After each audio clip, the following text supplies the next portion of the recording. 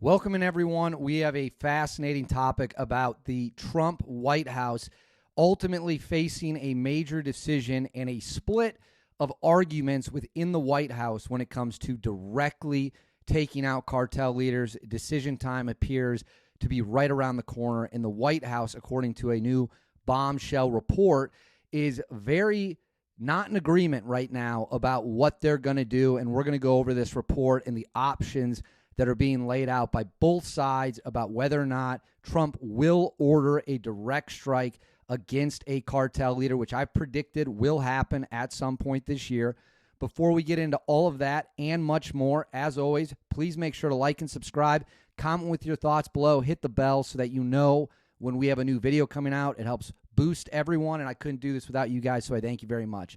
So as people know, we've talked about at length the escalations with the cartels, the growing military action, whether it's drones, spy planes, flooding troops to the border, elite troops like the 10th Mountain Division, whether it's sending 7th Special Forces Group in to Mexico to train the Mexican military.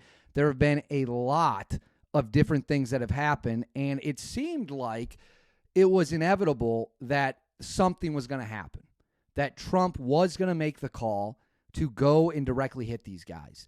However, the New York Times released a report on February 27th, so whatever day you might be watching this, the report from the New York Times came out on February 27th that there's actually significant disagreement within the Trump administration about whether or not Trump will order a cartel leader to be taken out, direct actions, bombings, things of that nature. So this is a report from the New York Times. I'm going to read a little bit of it here.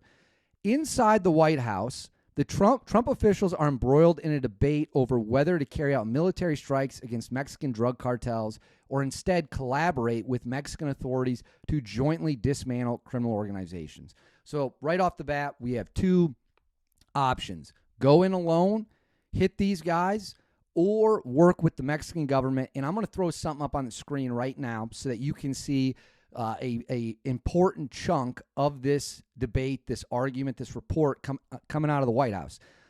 It continues. On one side, several people familiar with the matter say some U.S. officials are advocating for unilateral military action against cartel figures and infrastructure to stem the flow of drugs across the border.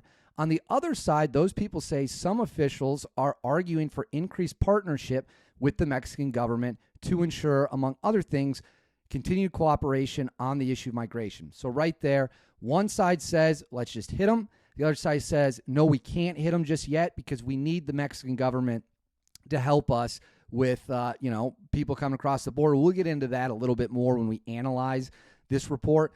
Amid this split, a high-level delegation from Mexico is set to arrive in Washington on Thursday to meet with senior U.S. officials to hammer out a security agreement, a draft of which was crafted last week, and will likely anchor the talks. Something to keep in mind is that there was the report from Christian Daytalk at the Washington Examiner that the White House officials had told him that the tariffs were likely going to go back into effect if Mexico didn't do what America wanted, a 25% tariff.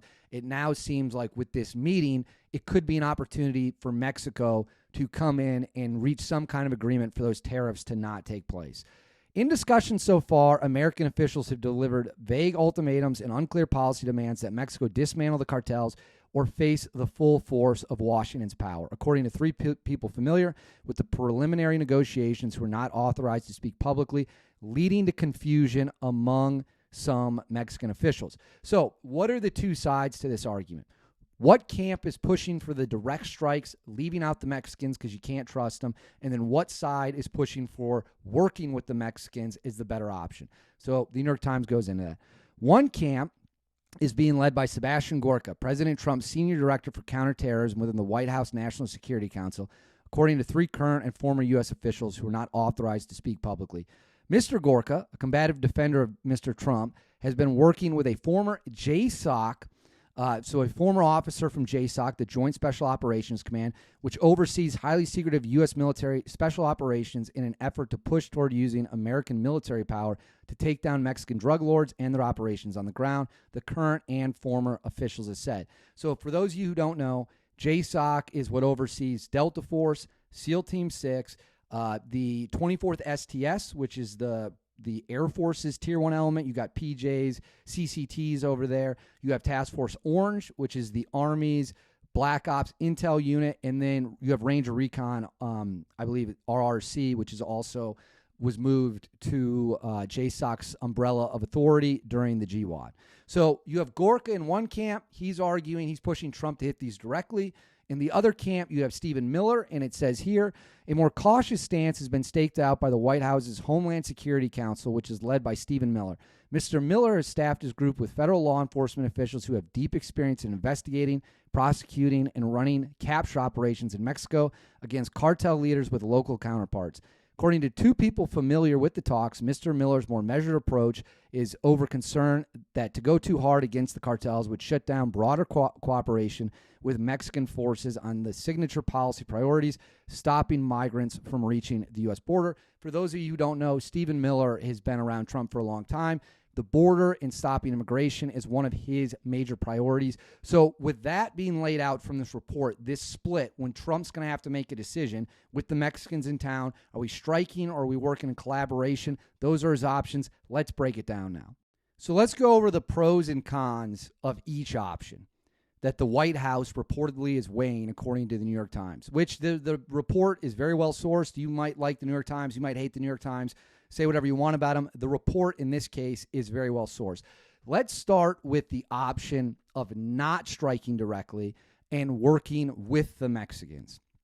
I'm not convinced that's a good option, but the pros for that argument would be that instead of using American blood and treasure, we could force the Mexicans to send their own troops into contested areas, violent areas, and they can be the legwork for getting it done. And on top of that, they then would be responsible, or they would try to become a better partner in shutting the border down from their side. They sent 10,000 troops. They could double that, triple it, 20, 30,000 troops to their side of the border to get it under control.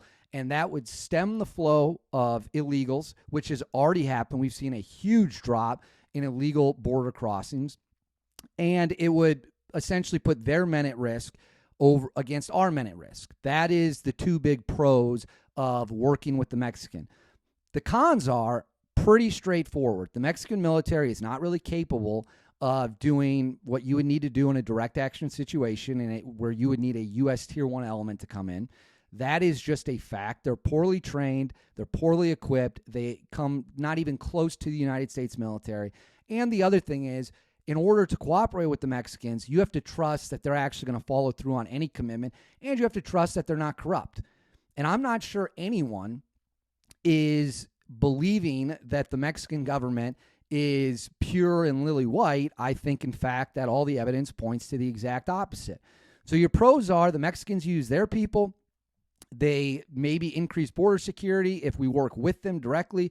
The cons are they don't actually have the capabilities you would need to directly fight the cartels, and they're corrupt as hell. Now, let's get into the pros and cons of the U.S. just going in and hitting these cartels. Let's start with the biggest pros.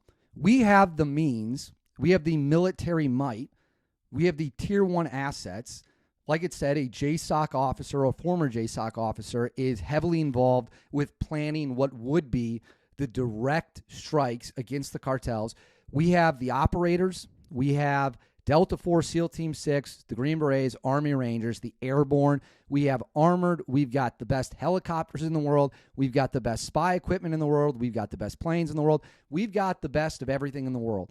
From a military tactical standpoint, we have the tools to go after and knock these guys out. That is a fact. There's no debate about that. Anyone who says we don't is, quite frankly, lying to you.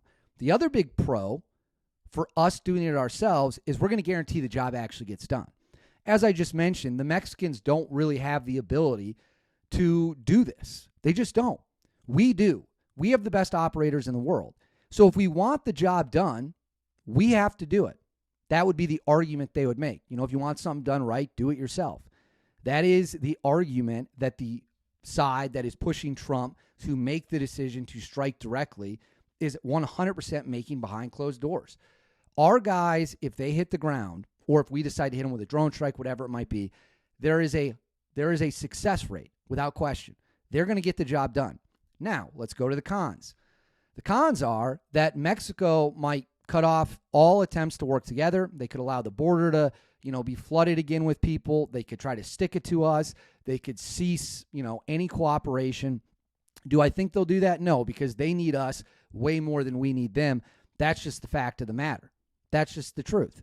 The Mexicans need us more than we need them. It's not even close. The other con is this is a very dangerous, violent business. And we could lose some guys. We would have to pay for this with our own blood and treasure. And we should know that going in. We shouldn't be under an illusion that it's going to be easy or that we're going to just show up and there'll be no casualties on our end. We're talking about high-level military operations against cartel members who are armed and have powerful weapons. Now, do they have the training and skill and overwhelming power we have? Not even close. Not even close a little bit. So we can take them out, but it might come at a cost. In fact, it will come at a cost. And we have to be aware of that.